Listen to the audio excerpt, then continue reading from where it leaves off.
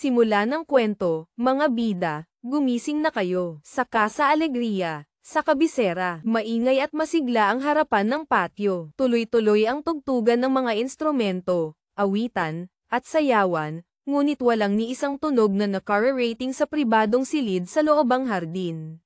Sa loob ng pribadong silid, isang lalaki at isang babae ang magkaharap na nakaupo.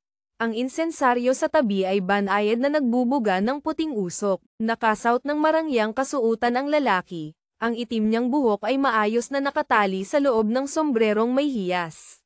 Sa ilalim ng makakapal niyang kilay ay ang pares ng mahahabang mata na tila bulaklak ng dao, peach blossom. Ang mga matang ito, na karaniwang banayad at mapagmahal, ay ngayoy puno ng lamig na parang yelo. Tinitigan niya ang babaeng nakayuko sa kanyang harapan, ang pagkasuklam sa kanyang mga mata ay halos umaapaw na. Itinuro niya ang papel na nakalatag sa mesa at malamig na nagsalita, binibining anya, mayroon ka pa bang masasabi?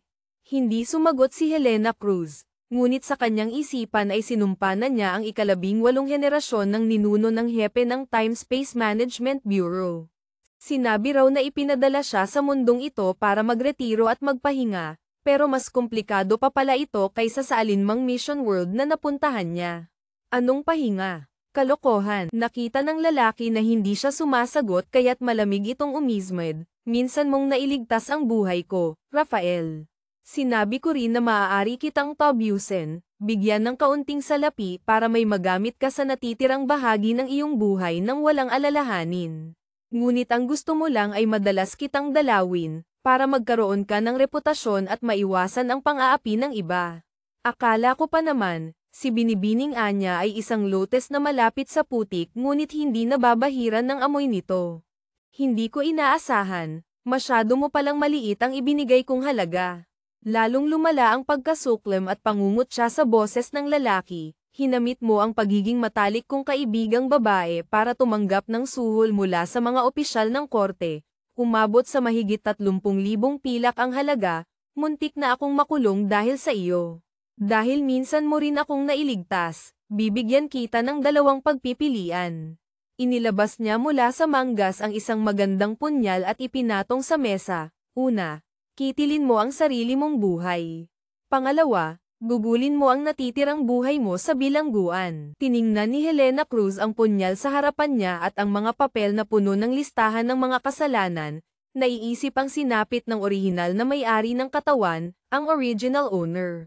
Ang original owner, dahil sa takot mamatay, ay pinili ang pangalawa, ngunit pagpasok sa bilangguan ay naging laruan ng mga gwardya, pinahirapan hanggang mamatay. Mas mabuti pang hiwaan na lang ang leeg ngayon, mas mabilis pa. Ngunit ayaw mamatay ni Helena Cruz. Ito ang mundo para sa kanyang pagreretiro. Kapag namatay siya rito, totoong kamatayan na iyon, mawawala ang lahat. Kompleto ang mga testigo at ebidensya. Ito ay isang tiyak na patibong patungo sa kamatayan. Mabilis na pinaganya ni Helena Cruz ang kanyang utak, sinusubukang humanap ng kahit katiting na pag-asa para mabuhay, para baliktarin ang sitwasyon mula sa bingit ng kamatayan. Ang original owner ay mangmang at sakim, nagkataong nailigtas ang batang punong ministro na si Don Rafael Alvarez. Akala niya'y makakapasok siya sa tahanan ni Rafael, ngunit gusto lang siyang tabyusin nito, bigyan ng kaunting pera, at putulin na ang ugnayan. Kaya't nagkaroon siya ng masamang balak, nagpas siyang kumamkam ng malaking halaga bago umalis.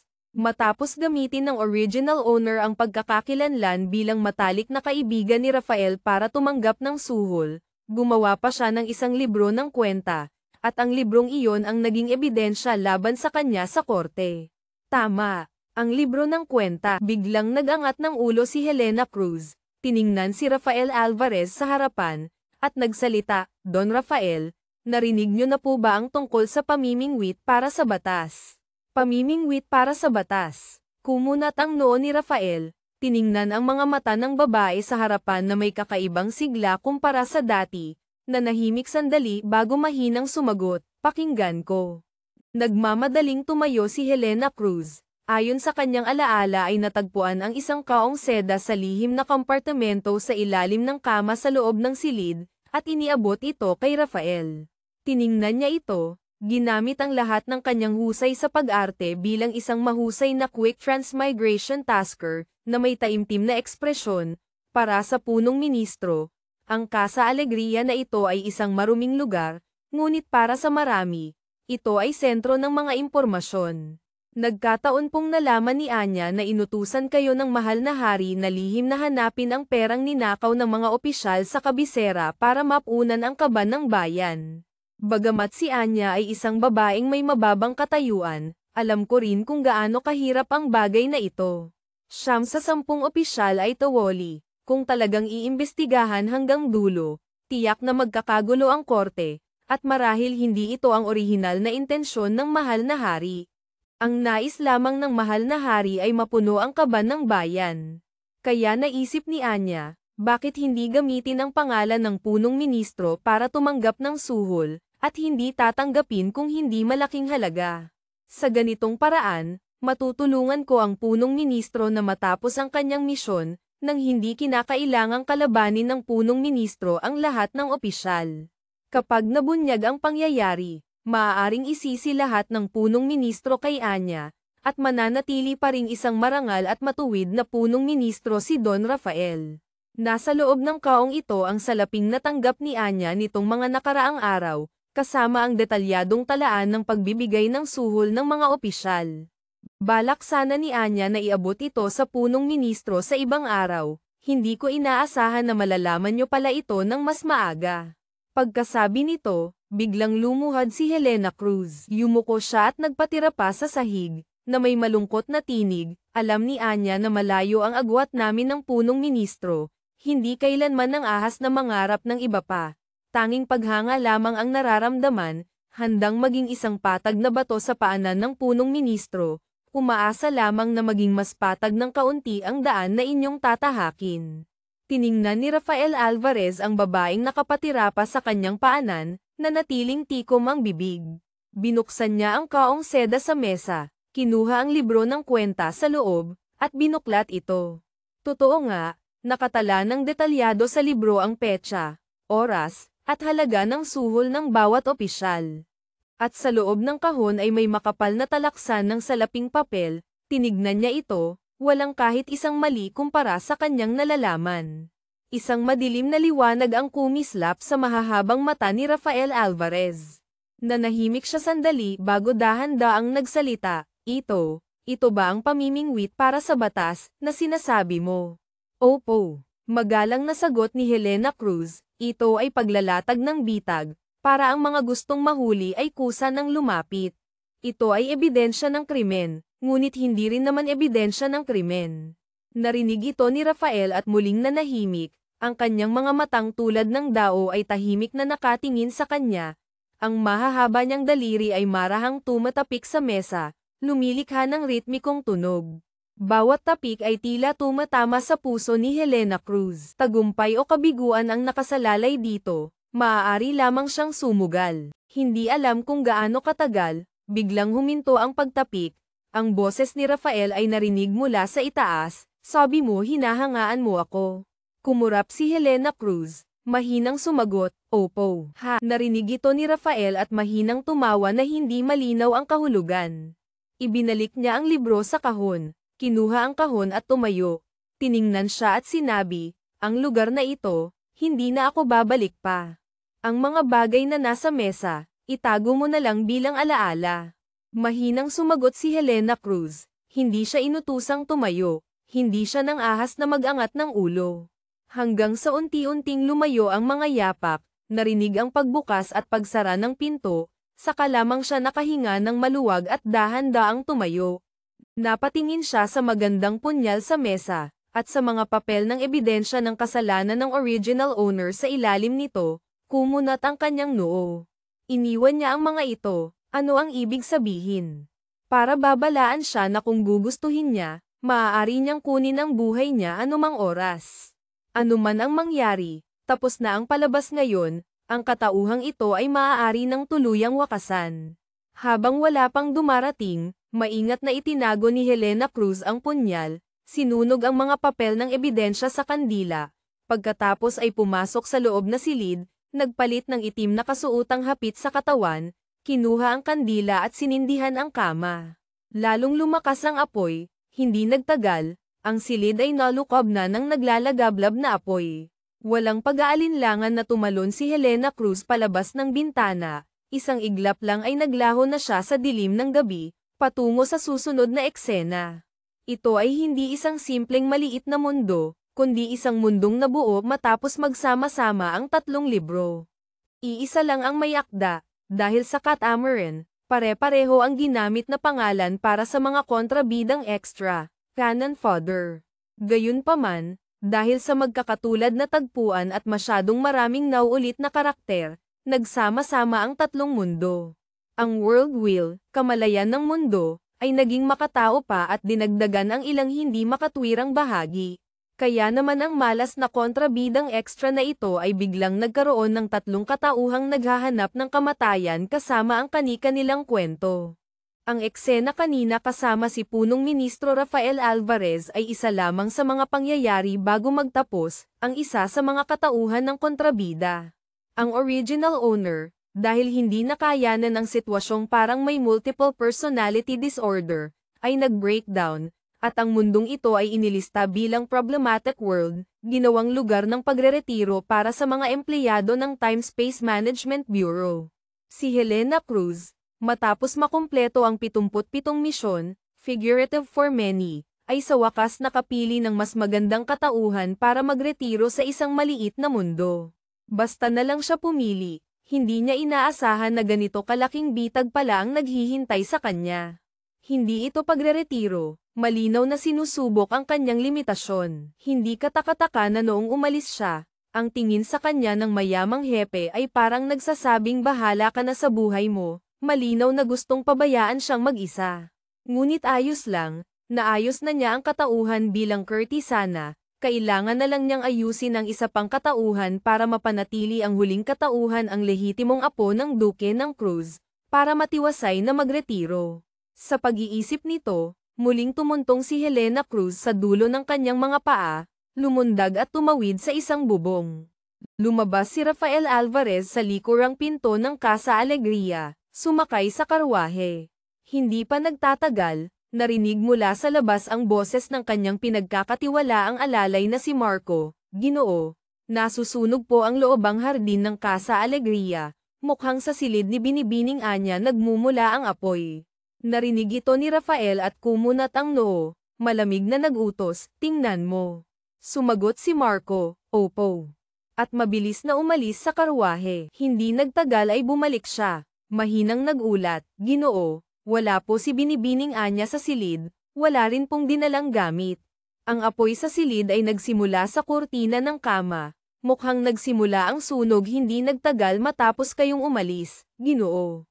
Narinig ang mga salitang ito, lalong kumunat ang noo ni Rafael at malamig na nagtanong, hindi pa rin ba natin natutuklasan ang tunay niyang pagkatao? Hindi pa po, medyo nahihiyang yumuko si Marco, sa ngayon, ang alam lang natin ay kusang dumating si Binibining Anya sa Casa Alegria. Hindi nagtagal ay naging premyadong kurtisana, tapos ay nailigtas kayo, Ginoo.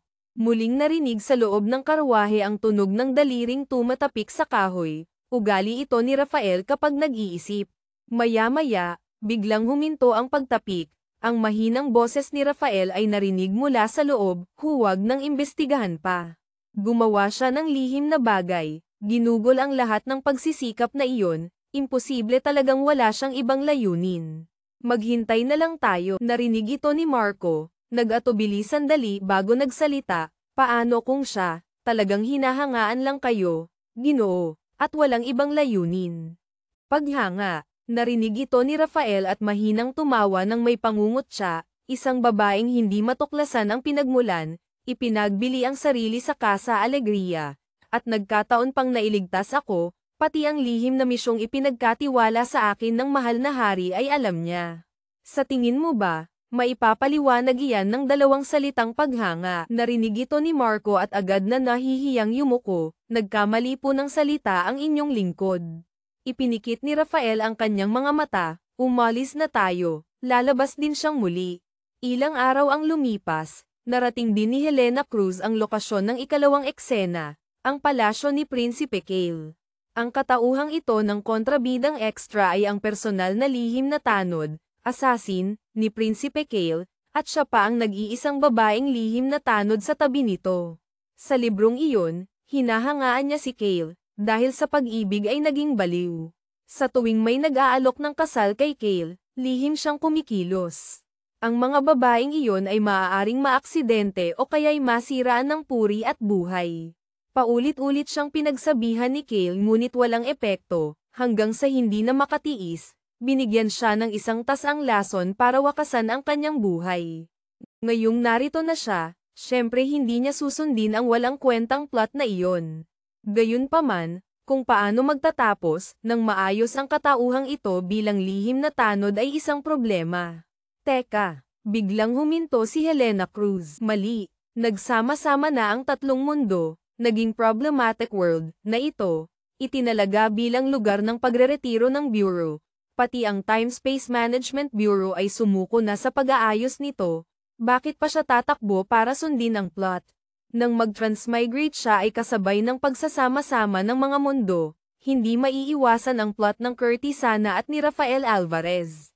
Pero ngayon, maaari na siyang tumakas. Napahampas sa noo si Helena Cruz. Talagang nabobo na siya sa kakagawa ng misyon. Ang occupational hazard ay sakit din, kailangang gamutin. Tiningnan ang palasyo ni Prinsipe Cale na malapit na, ngumisi si Helena Cruz, kumaway at sinabing, bye-bye sa inyo. Magre-retiro na ako. Sino ang pinapaalamanan mo? Biglang may malamig na boses na narinig mula sa likuran, agad nanigas si Helena Cruz, mabagal na lumingon. Sa ilalim ng liwanag ng buwan hindi kalayuan, nakatayo si Prinsipe Cale na nakaputing kasuutan, ang kanyang mga matang singkit na mas malamig pa sa liwanag ng buwan ay tahimik na nakatingin sa kanya. Sa tabi niya ay si Rico, ang pinuno ng mga lihim na tanod, na karaniwang parang kapatid niya, ngayon nakasimangot din habang nakatingin sa kanya. Agad nakaramdam ng pangingilabot si Helena Cruz, nagmamadaling nagbigay pugay, mahal na prinsipe. Bakit hindi mo sinasagot ang tanong ko? Malamig na sabi ni Cale, sino ba talaga ang pinapaalamanan mo? Ang pagtataksil ng isang lihim na tanod ay parusang kamatayan. Gusto na nga niyang magtaksil, nahuli pa siya mismo ng kanyang amo na si Cale. Ang malas naman, tiningnan ang lamig sa gwapong mukha ni Cale, kinakabahang lumunok si Helena Cruz. Kaya mo to, huwag kang mataranta. Hindi naman niya alam kung ano ang bye-bye. Kaya niyang palusutan ito. Kumurap si Helena Cruz, pilit na nagsalita, hindi po ako nagpapalem, ako po ay, kamakaway, tama, kamakaway. Sinusuri ko po ang depensa ng palasyo, tinitingnan kung sakaling may pumasok na kalaban, mapapansin ba ng mga tanod na nakabantay. Narinig ang mga salitang ito, malamig na tumawa si Cale, talagang napakatapat mo sa akin. Bagamat alam niyang may pangungot siya ang sinabi nito, agad na sinamantala ni Helena Cruz ang pagkakataon at sunod-sunod na tumango, seryoso ang mukha, tama po kayo, mahal na prinsipe, ang katapatan ko po sa inyo ay saksi ang araw at buwan. Narinig ang mga salitang ito, walang pakialam na tiningnan siya ni Cale ng matagal, na para bang hindi na siya kilala. Kumukurap si Helena Cruz, marahil walang problema. Diba, si Cale ay tumatanda na kaya gusto nang maghanap ng mapapangasawa. Ang original owner naman ay pinapahamak ang mga babaeng iyon, sinasabi pang inaakit nila si Cale. Ang ganitong klase ng character setting, ano pa ba kundi makapalang mukha? Malinaw na nakuha na niya ang esensya ng pagiging makapal ang mukha, pinanghawakan ng mahigpit ang karakter ng original owner. Tiyak na walang problema, at kung may problema man, bahala na. Tatlong mundo ang nagsama-sama, tatlong pira-pirasong alaala, tatlong plot. Wala naman siyang system, walang golden finger, ang malaman kung sino ay sino, at maalala kung alin sa alin ay magaling na. Ang iba pa, maaari lang umasa sa sariling pangunawa para umarte.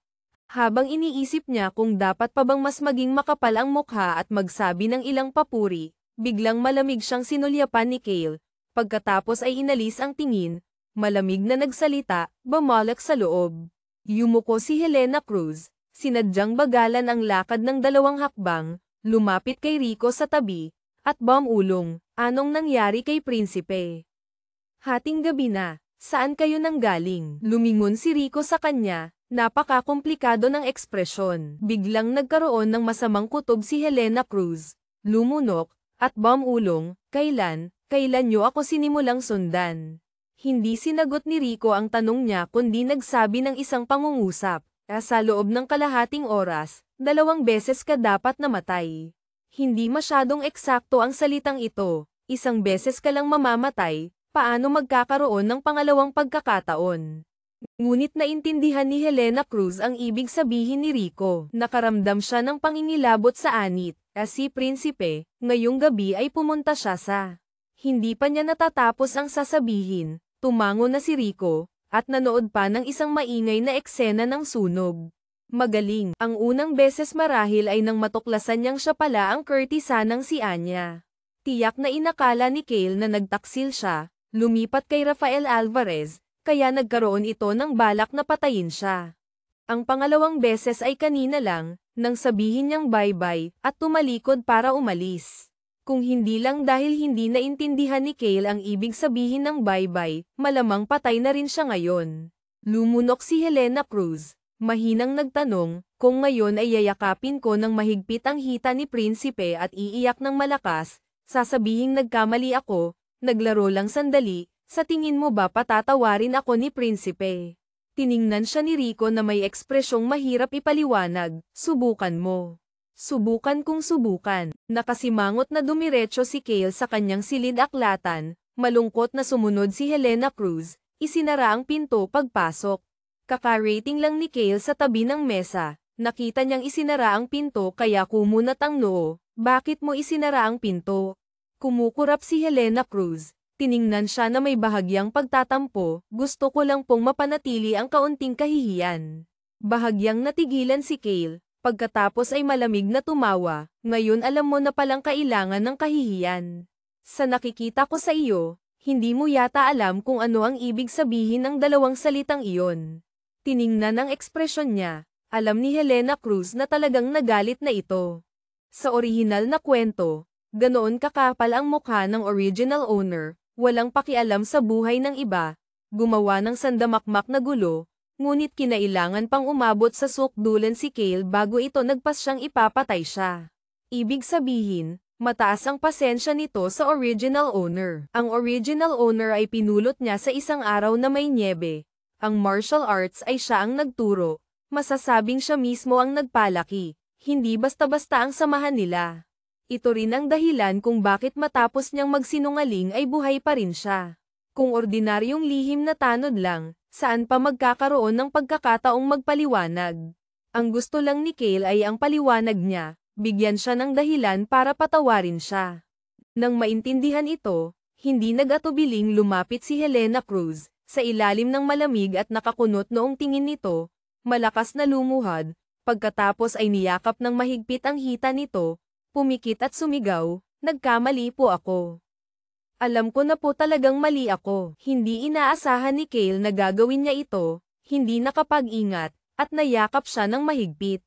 Napakapangit ng kanyang mukha ngayon, malamig na sumigaw, bumitaw ka. Ayoko. Hindi lang bumitaw si Helena Cruz kundi lalo pang humigpit ang yakap, Prinsipe, alam ko na po talagang mali ako.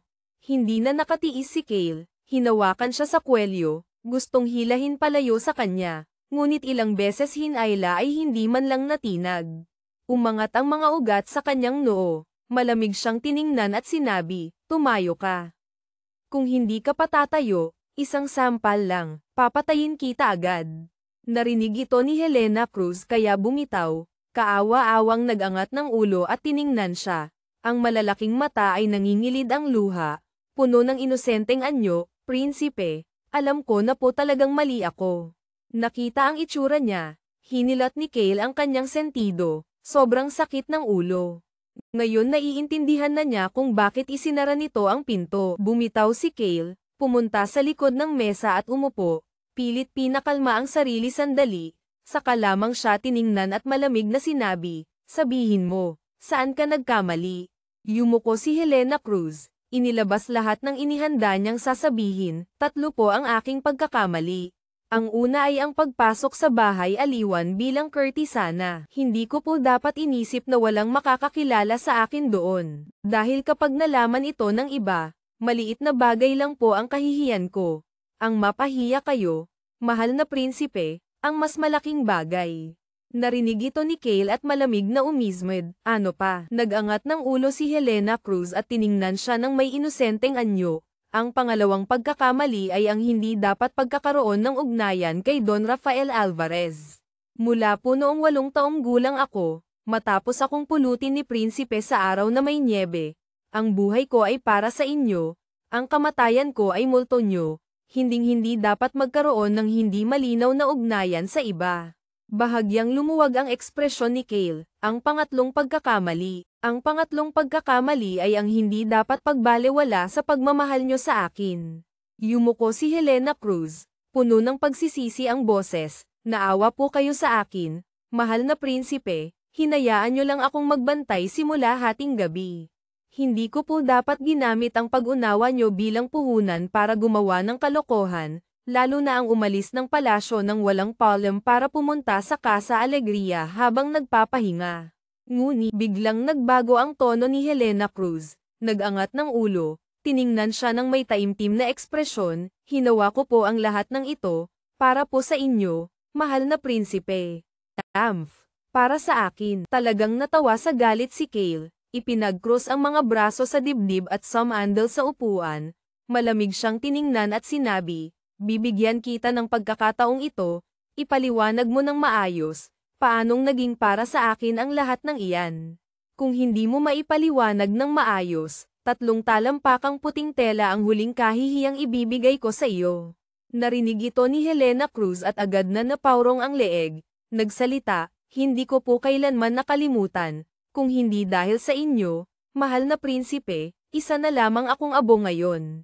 Ang lahat ng mayroon ako ngayon ay dahil sa inyo. Ang tanging tugon sa kanya ay ang malamig na pag-ismed ni Cale.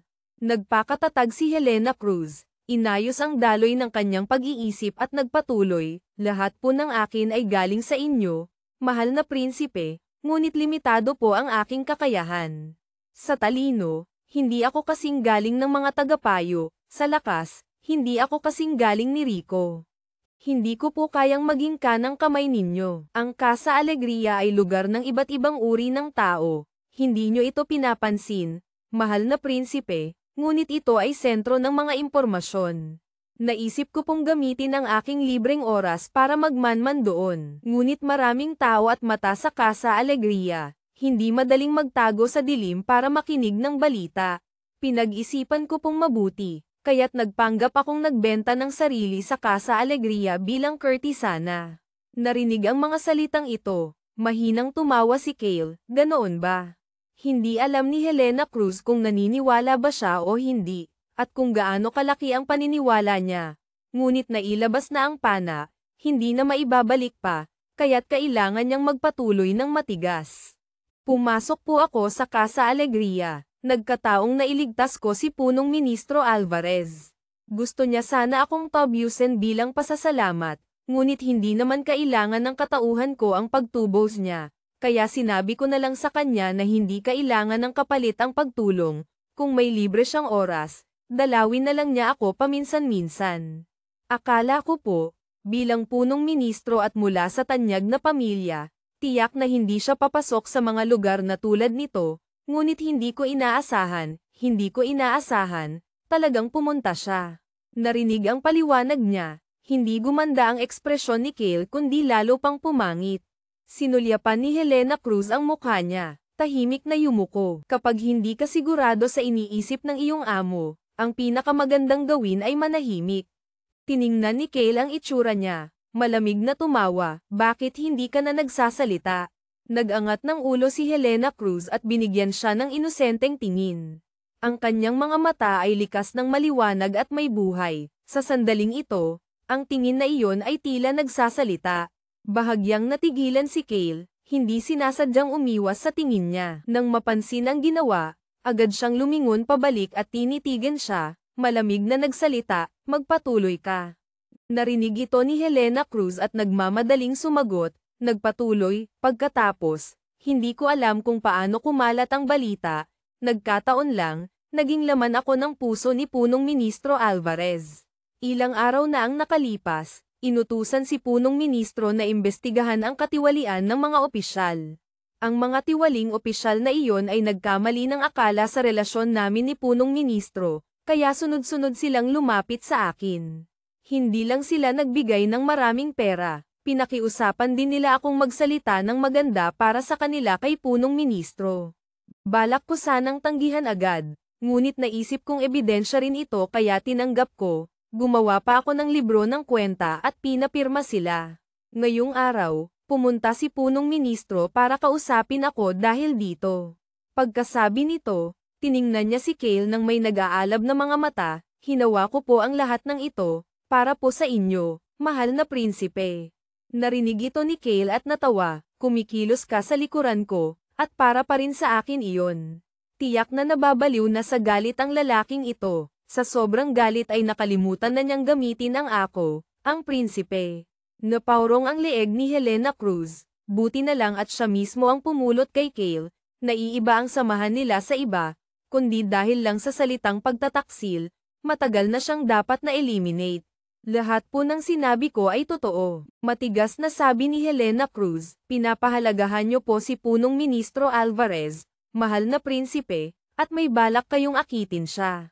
Kaya naisip ko pong gamitin ang katauhan bilang kurtisana para tulungan siya. Pagkatapos ng pangyayaring ito, nagpanggap akong patay at tumakas. Kung sakaling malaman niya balang araw ang tunay kong katauhan, iisipin niyang lihim niyo siyang tinulungan. Narinig ang mga salitang ito, medyo hindi maintindihan ang tingin ni Kale sa kanya. Yumuko si Helena Cruz, naghihintay sa kanyang sasabihin. Sa silid-aklatan, muling bumalik ang katahimikan, tanging ang tunog ng orasan ng tubig ang maririnig, na gumagawa ng tik-tak na tunog. Hindi alam kung gaano katagal, sa wakas ay narinig na rin ang boses ni Kale sa silid-aklatan. Tiningnan niya si Helena Cruz at sinabi, Silvana, hindi ko naaalamin kung gaano kay Toto o kasinungalingan ang mga sinabi mo, ngunit dapat mong tandaan, ang lihim na tanod na nagtataksil ay iisa lang ang kahahantungan kamatayan. Kahit tumakas ka pa sa dulo ng mundo, kahit nasa hukay ka na, huhukayin kita ng 3 talampakan para hilahin palabas. Narinig ang mga salitang ito, agad nang inag ng bahagya si Helena Cruz. Masyado siyang naging simple mag-isip bilang isang lihim na tanod, napakaraming sikreto ni Kale ang alam niya, paano siya hahayaan nitong umalis ng ganoon kadali. Kung talagang tahimik siyang umalis, baka hindi lang siya makakapag-retiro ng payapa, kundi kailangan pang magtago sa lahat ng dako mula sa pagtugis nito. Ang katauhang ito bilang lihim na tanod, kailangan pa rin niyang gampanan, hanggang sa makaisip siya ng ligtas na paraan para magtapos. Itinago ni Helena Cruz ang kanyang iniisip, itinaas ang 3 daliri patungo sa langit, ang katapatan ko po sa inyo, mahal na prinsipe, ay saksi ang langit at lupa. Narinig ang mga salitang ito, malalim siyang tiningnan ni Kale. Pagkatapos ay mahinang sinabi, umalis ka na. Sumagot si Helena Cruz, opo. At lumabas ng silid-aklatan. Paglabas niya, agad lumapit si Rico, Bamulong, kung talagang wala kang magawa, bakit hindi mo nalang bantayan din ang unang kalahati ng gabi? Sinaman siya ng tingin ni Helena Cruz, inis na sinabi, tumabi ka nga, bad trip ako. Ngumiti si Rico, lumundag at umalis. Ang world wheel ay maaaring kusang punan ang mga hindi makatwirang bahagi na dulot ng pagsasama-sama ng mga mundo. Halimbawa, bagamat may 3 katauhan ang original owner, ang oras ng paglabas ng 3 katauhang ito ay hindi magkakatugma. Ang lehitimong apo ng Duke ng Cruz ay lumalabas sa umaga, ang kurtisana ay mula gabi hanggang hating gabi, ang lihim na tanod ay mula hating gabi hanggang madaling araw. Hindi sila nagkakabangga. Siyempre, ang kondisyon ay walang anumang hindi inaasahang pangyayari. Nakabaluktot si Helena Cruz sa puno, walang ganang makipag-usap. Ikatlong kanto ng oras ng kuneho, mga 5:45 AM, unti-unti nang nagliliwanag. Pagdating ng kapalit niya sa pagbabantay, saka lamang tahimik na bumalik si Helena Cruz sa mansyon ng mga Cruz. Sa patio, Nagsisimula ng gumising ang mga katulong. Tahimik siyang bumalik sa kanyang silid. Habang naghuhubad ng damit, nakita niya ang magandang punyal na iniwan ni Rafael Alvarez. Nang kunin niya ang punyal, hindi siya masyadong nag-isip. Ngayon, tinitingnan ng punyal, parang medyo nakakapaso ito sa kamay. Pinag-isipan niyang mabuti, nagpa siya pa rin ngayong gabi, sa daan papuntang palasyo ni Prinsipe Kale, humanap ng lugar para ibaon ito. Itinago ng maayos ang punyal at ang itim na kasuotan, humiga si Helena Cruz sa kama, pumasok sa ilalim ng kumot, at mahimbing na natulog. Natulog ng halos 1 oras, dumating na ang katulong para gisingin siya. Nakita ang itsura niyang walang tigil sa paghikab, hindi napigilan ni Flora na sabihin, maagang nagpahinga si Senyorita kahapon, bakit parang pagod pa rin kayo ngayon? May hinanakit si Helena Cruz na hindi masabi, kaya't humikab na lang siya ng malaki at sinabi, kagabi, nagising ako sa hating gabi, madaling araw na ako nakatulog ulit. Narinig ang mga salitang ito, medyo naawa si Teresa habang minamasahe ang kanyang balikat, bumantong hininga at mahinang sinabi, kadarating lang ni Senyorita sa mansyon, marahil hindi pa kayo sanay. Masasanay din kayo. Nagmamadaling tumango si Helena Cruz. Hintayin lang niyang matapos ang katauhan bilang lihim na tanod, magiging maayos din ang lahat. Sa orihinal na kwento, ang kontrabidang extra ay hindi tunay na lehitimong apo. Ang tunay niyang ina ay isang kurtisana sa isang bahay aliwan, si Rosario. Ang tagapagmanang si Don Fernando Cruz, ama ni Helena, bago umalis para sa digmaan, ay niloko ng mga kaibigan at dinala sa bahay aliwan, doon nagkaroon sila ng isang gabing relasyon ni Rosario. Nag-iwan ng palatandaan si Don Fernando kay Rosario nang umalis, at sinabi sa tagapamahala ng bahay aliwan na pagbalik niya mula sa digmaan, tatubusin niya si Rosario at dadalhin sa mansyon. Ngunit hindi nagtagal, namatay siya sa labanan. Siyempre, ayaw ng tagapamahala na sustentuhan si Rosario nang walang kapalit. Sakto namang may isang mayamang mangangalakal mula sa timog, si Senyor Mateo, na dumating sa kabisera at agad na nahumaling kay Rosario. Alam ni Rosario na imposible nang makapasok sa mansyon ng mga Cruz, kaya pumayag siyang sumama sa mangangalakal pabalik sa timog, at naging kerida nito. Hindi nagtagal, nalaman ni Rosario na buntis siya, at nang bilangin ang mga araw, anak nga ito ni Don Fernando Cruz. Alam niyang tatanggapin ng mansyon ng mga Cruz ang apo ngunit hindi siya, dagdag pa na mabait sa kanya si Senyor Mateo, natakot din siyang kapag nabunyag ang katotohanan, pareho silang mawalan ng masasandalan, kaya itinago niya ang bagay na ito. Hanggang bago siya mamatay saka lamang niya sinabi sa original owner ang katotohanan, pinadala siya kasama ang palatandaan para kilalanin ng kanyang mga ninuno.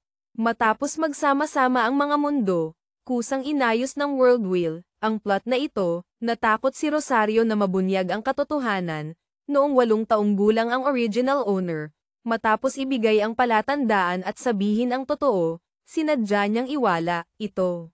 Muntik nang mamatay ang original owner sa araw na may nyebe, nailigtas siya ni Prinsipe Kale na kasama noon ng yumaong hari sa pagbisita sa timog, at naging lihim na tanod ni Kale. Hindi may kakaila, talagang makapangyarihan ang World Will. Matapos baguhin ng ganito, ang oras, katauhan, lugar, at mga karakter ay nagkadugtong-dugtong, walang butas. Tanging ang kontrabidang extra na magkapareho ang pangalan ang nagsama-sama sa iisang tao, at direktang nag-breakdown at sumakabilang buhay. Bagamat ang ina ni Helena Cruz ay isang babae mula sa bahay aliwan, siya ang nag-iisang supling ng tagapagmanang si Don Fernando Cruz, kaya pagpasok niya sa mansyon ng mga Cruz, direkta siyang naging lehitimong apo. Dagdag pa rito, laging naaalala ng mag-asawang Don Alfonso at Doña Isabela Cruz ang kanilang panganay na anak, kaya nang makita nila ang original owner na may 3 bahaging pagkakahawig sa kanilang anak, halos ibuhos nila ang lahat ng pagmamahal bilang kabayaran sa original owner. Walang ama't ina, marangal ang katayuan. Akala ni Helena Cruz ay napakagandang katauhan ito para sa pagreretiro, ngunit nang mag-transmigrate siya sa kanya nalaman, napakarami palang problemang kasama. Sa pag-iisip nito, muli siyang bumantong hininga. Narinig ang kanyang buntong hininga, Hindi na nang ahas ang apat na katulong na sina Flora, Teresa, Clara, at Maria na banggitin pa ang nakaraan, tahimik na lamang siyang tinulungang bumangon at maghilamos. Pagkatapos kumain, humihikab si Helena Cruz, naghahandang matulog ulit, ngunit nagmamadaling pinigilan siya ni Clara. Nakalimutan na po ba ni Senyorita? Araw po ng pahinga ngayon. Espesyal na ipinatawag ni Don Alfonso at Doña Isabela ang pangalawa at pangatlong pamilya. Nais pong pag-usapan ang paglilipat ng ari-arian ng unang pamilya, kayo po, sa inyo. Nang mabanggit ito, agad nawala ang antok ni Helena Cruz. Ang mag-asawang Don Alfonso at Doña Isabela Cruz ay may 3 anak na lalaki. Si Doña Isabela ay tumatanda na, ilang taon na ang nakalipas ay nagkasakit, humina ang kalusugan, kaya ipinasa ang pamamahala ng pamilya sa asawa ng pangalawang anak, si Senyora Victoria. Kasama sa ipinasa ay ang mga ari-arian ng yumaong panganay na anak. Ngayong bumalik na si Helena Cruz, ang unang pamilya ay maituturing ng may tagapagmana, nararapat lamang na ibalik ang mga ari-arian ng unang pamilya sa kanyang mga kamay. Pakiramdam ni Helena Cruz, napaka maaasahan ng bagay na ito. Sumigla siya. Pinayagan si Clara at ang iba pa na ayusan siya, pagkatapos ay nagpalit ng isang matingkad na kulay rosas na damit, at mayanhing naglakad patungo sa patio ni Doña Isabela. Pagdating ni Helena Cruz, naroon na ang 4 niyang tiyuhin at tiyahin mula sa pangalawa at pangatlong pamilya. Seryoso ang mga mukha ni na Don Alfonso at Doña Isabela, ngunit sa sandaling makita nila si Helena Cruz ay agad itong sumigla. Hindi pa man siya nakakapagbigay galang, kumaway na sa kanya si Doña Isabela. Helena, apo, halika rito sa tabi ni Lola. Sa ilalim ng tingin ng lahat, lumapit si Helena Cruz, nagbigay galang kina Don Alfonso at Doña Isabela, matamis na ngumiti, Lolo, Lola. Hinaplos ni Don Alfonso ang kanyang balbas, ngumiti, habang hinawakan naman ni Doña Isabela ang kanyang kamay, hinayla siya palapit, at nakangiting tiningnan siya. Mabait kong apo, nakatulog ka ba ng maayos kagabi? Dahil po sa malambot na unan na espesyal na bigay ni Lola, napakasarap po ng tulog ni Helena. Magalang na ngumiti si Helena Cruz, kahit sa panaginip, wala po akong napanaginipan. Narinig ang mga salitang ito, bahagyang yumuko sina Flora at Teresa na nasa likuran. Mabuti kung nakatulog ka ng maayos. Masaya ang mukha ni Doña Isabela. Lumingon at inutusan si Nana Feli sa tabi, dalhan mo ng upuan si Helena. Nasa pangunahing pwesto sina Don Alfonso at Doña Isabela, sa magkabilang gilid sa ibaba ay nakaupo ang 4 niyang tiyuhin at tiyahin mula sa pangalawa at pangatlong pamilya. Inutusan ni Doña Isabela si Nana Feli na magdala ng upuan, napakalinaw na ng ibig sabihin, gusto niyang paupuin si Helena Cruz sa tabi niya. Nakita ito ni Helena Cruz. Nagmamadaling ngumiti at sinabi, hindi na po kailangan, Lola. Hindi po ba may bakanteng upuan sa tabi ni Tita Carmen? Doon na lang po ako uupo. Kung gusto po ni Lola na makipag-usap kay Helena, mamaya na lang po. Narinig ito ni Doña Isabela at kumunat ang noo, may sasabihin pa sana, ngunit nagsalita si Don Alfonso sa tabi, maunawain si Helena, huwag mo nang pahirapan ang bata. Mula pa noon, may kaayusan na sa pagitan ng matatanda at bata. Kung uupo si Helena Cruz sa tabi ni Doña Isabela ngayon, uupo siya sa itaas ng 4 niyang tiyuhin at tiyahin. Kahit hindi sila magsalita ngayon, tiyak na sasabihin nila sa hinaharap na hindi katakatakang anak siya ng Curtisana, walang modo. Siyempre, naiintindihan din ito ni Doña Isabela, medyo naantig at masayang hinaplos ang kanyang kamay. Talagang napaka-maunawain ni Helena. Narinig ito ni Helena Cruz at naglamang, kapag medyo maunawain po si Helena, pupurihin po ng ibang tao ang kagandahang asal ng ating mansyon ng mga Cruz na nakatatak na sa buto. Kung ibang tao ang nagsabi nito, matutuwa si Doña Isabela. Ngunit nang si Helena Cruz ang nagsabi, nakaramdam ng kirot sa ilong si Doña Isabela, mabait kong apo, nagdusa ka. Narinig ito ni Don Alfonso at medyo bumigat din ang loob. Mahinang sinabi, sige na, umupo na kayo, pag-usapan na natin ang mahalagang bagay. Bumalik si Helena Cruz sa kanyang upuan, sa buong paglalakad ay sunod-sunod na bumati, hindi mayabang o kimi, mahinahon at magalang.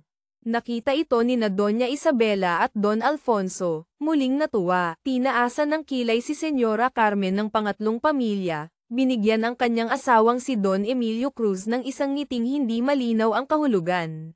Sinaman siya ng tingin ni Don Emilio, sinenyasan siyang manahimik, walang nakapansin sa palitan ng tingin ng dalawa. Dumiretso na si Don Alfonso sa pangunahing paksa, ipinatawag ko kayong lahat ngayon. Pangunahin ay dahil sa pagbabalik ng ari-arian ng unang pamilya kay Helena. Dati, walang tao sa unang pamilya, kaya isinama ang ari-arian sa pangkalahatang pamamahala. Ngayong bumalik na si Helena, maituturing ng may tagapagmana ang unang pamilya, nararapat lamang na ibalik ang ari-arian sa kanya. Narinig ang mga salitang ito, hindi umimik si Senyora Victoria, kinuha lang ang tasa ng tsaa sa harapan niya at humigop.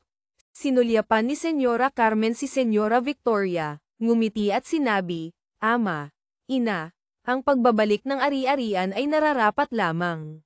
Ngunit si Helena ay babae pa rin, maaga o huli ay ikakasal din siya at aalis. Ang mga ari-ariang ito ba ay dadalhin niya sa bahay ng kanyang mapapangasawa?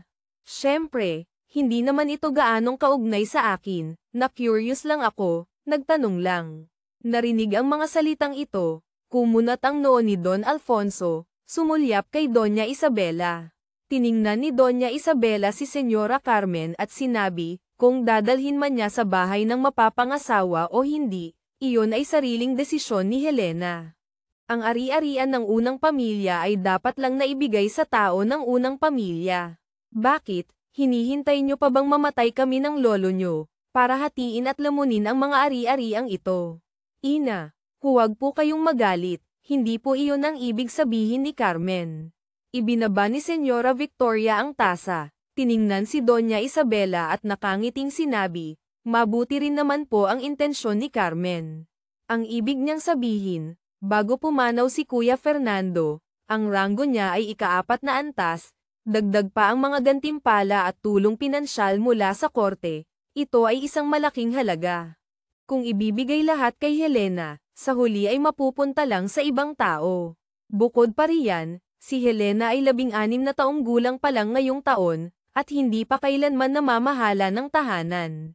Biglang ibibigay ang napakaraming ari-arian, baka hindi niya mapamahalaan ng maayos. Isa pa, pagkatapos ibalik ang mga ari-ariang ito, paano naman ang dote ni Helena? Siya ba mismo ang maghahanda? Kung kakalat ang balitang ito, hindi ba't pagtatawanan tayo ng ibang tao na inaapi natin ang isang ulila? Ngunit kung ang dote ay mula naman sa pangkalahatang pondo, kung gayon ang dote ng mga susunod na henerasyon, dapat bang lahat ay mula na rin sa pangkalahatang pondo? Maliit na bagay lang ang pagbabalik ng ari-arian, ang mga kaakibat na responsibilidad at komplikasyon sa hinaharap ang mas malaki. Narinig ito ni Helena Cruz at sinulyapan si Senyora Victoria. Hindi katakatakang siya ang namamahala ng pamilya. Ang mga salitang ito ay may punto, hindi mapipintasan. Muling natahimik ang silid, medyo bumigat ang ekspresyon ni na Don Alfonso at Doña Isabela. Sa kanilang palagay, maliit na bagay lang ang pera. Hindi nila maaaring hayaan na ang nag-iisang dugo ng kanilang pinakamamahal na panganay na anak ay hindi matanggap ang ari-arian ng kanyang ama. Malaki na ang utang nila sa kanilang panganay na anak, hindi na nila maaaring dagdagan pa ang utang sa nag-iisang dugo nito. Naging malamig ang mukha ni Doña Isabela, ang dote ni Helena, hindi nyo kailangang alalahanin, ako ang bahala sa kanya. Ibalik nyo na lang ang ari-arian ng unang pamilya sa kanya. Mabuti po kung si Ina ang bahala. Nakangiting sinabi ni Senyora Victoria, kaya lang po, sina Vanessa at Veronica, mga anak na babae ni Victoria, ay mas bata lang ng 1 o 2 taon kay Helena. Pagkatapos ikasal ni Helena, sila naman ang susunod na ikakasal. Sabihin na po nating mahirap pakinggan, hanggang ngayon ang titulo ng tagapagmana ay nakapangalan pa rin kay Kuya Fernando. Bagamat pumanaw na siya, ang sahod niya ay natatanggap pa rin. Ang pangalawa at pangatlong pamilya po namin, kapag pinagsama, hindi pa rin kasing dami ng ari-arian ng unang pamilya. Napakalinaw na ng ibig sabihin ng mga salitang ito. Walang problema sa pagbibigay ng ari-arian ng unang pamilya. Walang problema na si Doña Isabela ang bahala sa dote ni Helena Cruz. Ngunit kung siya na ang bahala kay Helena, hindi ba't dapat din siyang bahala sa ibang mga apo niyang babae? Tutal, si Helena Cruz ay may hawak na ari-arian ng unang pamilya, habang sila ay mas mahirap pa kay Helena. At si Helena Cruz ay maaga o huli ay ikakasal din at aalis.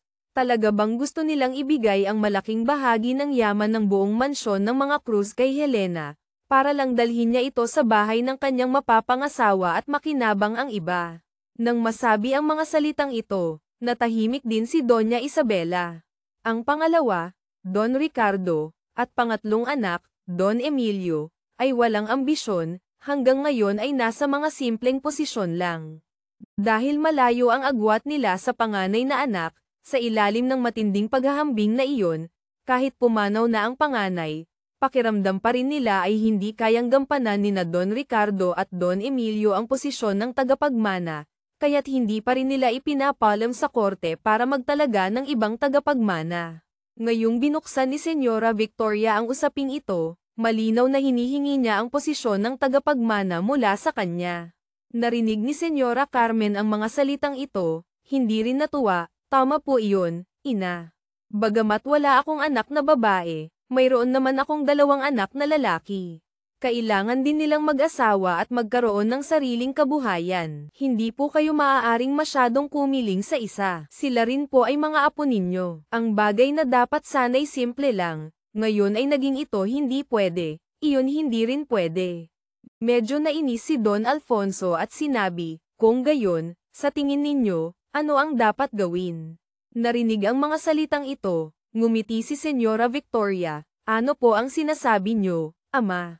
Ako po ay pansamantalang namamahala lamang ng tahanan. Kayo pa rin po ni ina ang pinuno ng mansyon. Naglalabas lamang po kami ng problema. Kung ano po ang dapat gawin, kayo pa rin po ni na ina ang magpapasya.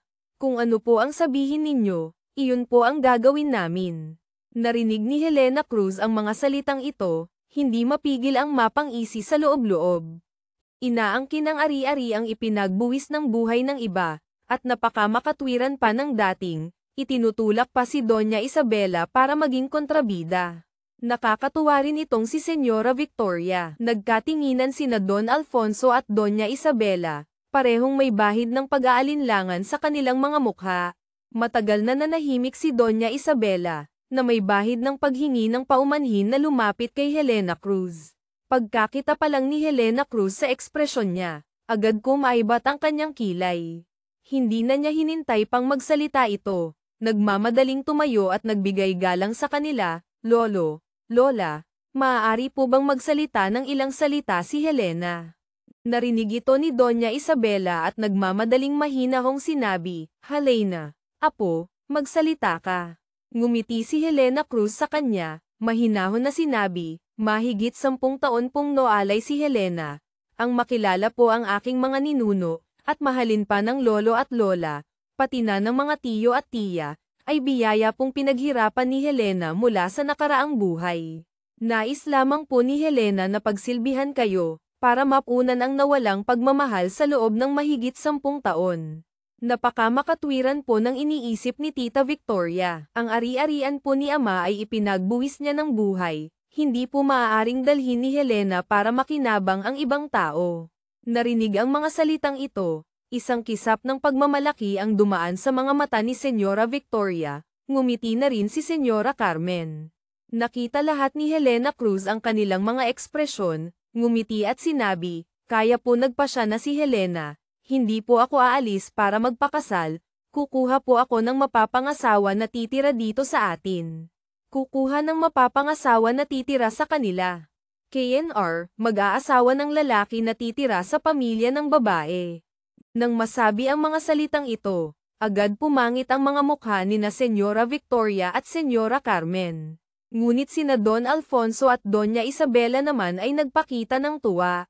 Tiningnan ni Doña Isabela si Helena Cruz, masayang nagtanong, Helena, apo, totoo ba ang sinasabi mo? Siyempre po, totoo. Tumango si Helena Cruz. Seryoso ang mukha, si ama po ay ako na lang ang natitirang dugo. Hindi ko po maaaring hayaang maputol ang kanyang linya. Bukod pa po roon, nais ni Helena na makasama sina lolo at lola magpakailanman, para pagsilbihan kayo bilang kapalit ni ama. Ang pagkuha po ng mapapangasawang titira dito ay pinag-isipan ko ng mabuti. Sa ganitong paraan, ang unang pamilya po ay maituturing ng may tagapagpatuloy. Narinig ito ni Don Alfonso at agad na labis na natuwa, hinampas ang mesa at sinabi, "Mabuti. Napakabuti." Narinig ito ni Doña Isabela, at sa tabi ay tuloy-tuloy na tumango habang nakangiti, "Napakabuti, sa ganitong paraan, hindi mapuputol ang lahi ni Fernando.